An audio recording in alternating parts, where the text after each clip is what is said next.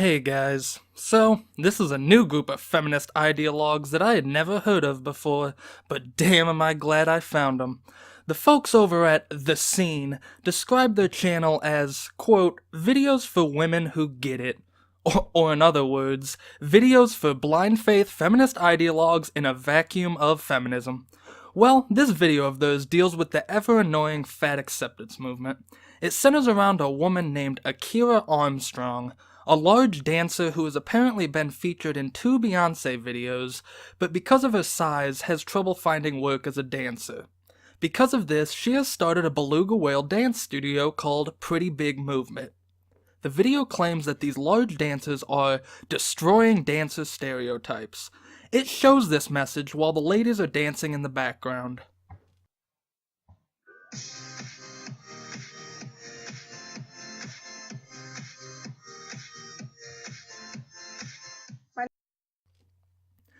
I'll admit, that little segment of dance was pretty cool and entertaining, which I doubt many people would dispute, but I noticed there were no jaw-droppingly precise jumps or spins, or any leaving the floor at all, really.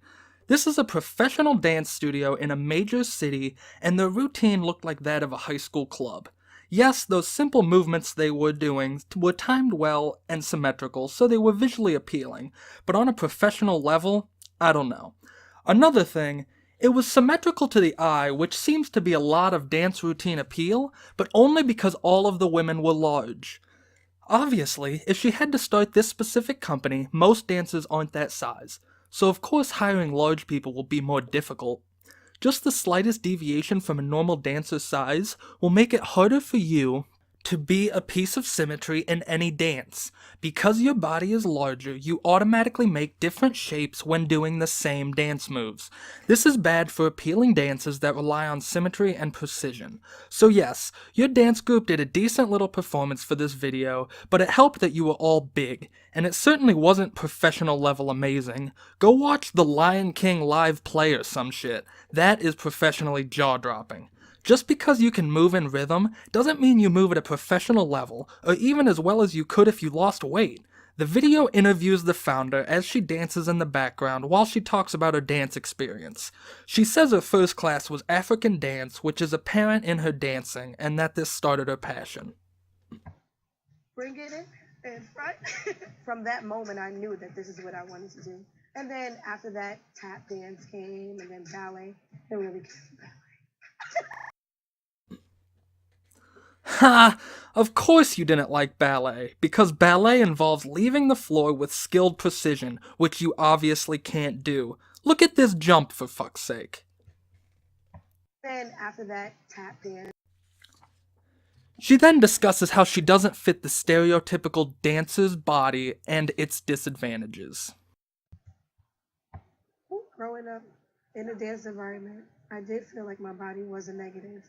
I couldn't fit costumes. My costume was always different from everyone else's. I wanted to wear my stomach out. I have never been able to wear my stomach. Holy shit, really? Those are the only differences? Bigger costumes and not being able to wear your stomach out? How about the fact that you can barely get yourself off the ground, let alone someone else lifting and moving you? In this 3-minute video, I can already see more ways than you'll admit that your weight affects your dancing. You are so dishonest if you really don't believe smaller dancers are more versatile than large. Small dancers can do so much more flashy and precise jumps and be thrown 100 times easier. I'm sure people that hire dancers know this, making it less likely that you get hired if you're large. So of course, let's not be honest to young aspiring dancers and say, if you want to dance professionally, it helps to be as slim as possible. No, let's lie to them and say, be as big as you want. You'll be just the same kind of dancer no matter what size. Then all our young girl dancers can be left scratching their heads when they're obese and can't get hired for their dream jobs. How can you think it is more helpful to lie to people about their dreams than genuinely help them achieve those dreams with real advice? Creating pretty big, I have become more confident. I have my good days, I have my bad days where I'm like, should I put on the girdle or not? You would never get me in a unitard 5 years ago. Absolutely not. Did you guys hear that? She has gotten more confident but still has her bad days where she questions wearing a girdle or not. Then she states that nobody could have ever gotten her into a unitard 5 years ago, as like a personal testament that this movement increases fat girl confidence. But then, why does she still question wearing a girdle some days? I bet you would never question wearing a girdle if you had lost all of your dangerous excess weight. Pretending like your weight doesn't matter to you when it clearly causes you some self-confidence issues is the main problem with the whole fat acceptance movement. No normal-sized girl I know ever wears a girdle or even has to own one for that matter, so of course it would make you feel bad and different to have to wear one. So lose the weight.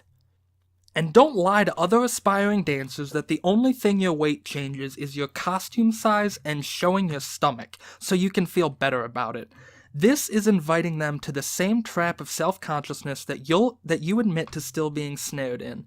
When you ignore your reality to support your ideology that fat people are just the same in health and ability as normal-sized people, you hurt real people.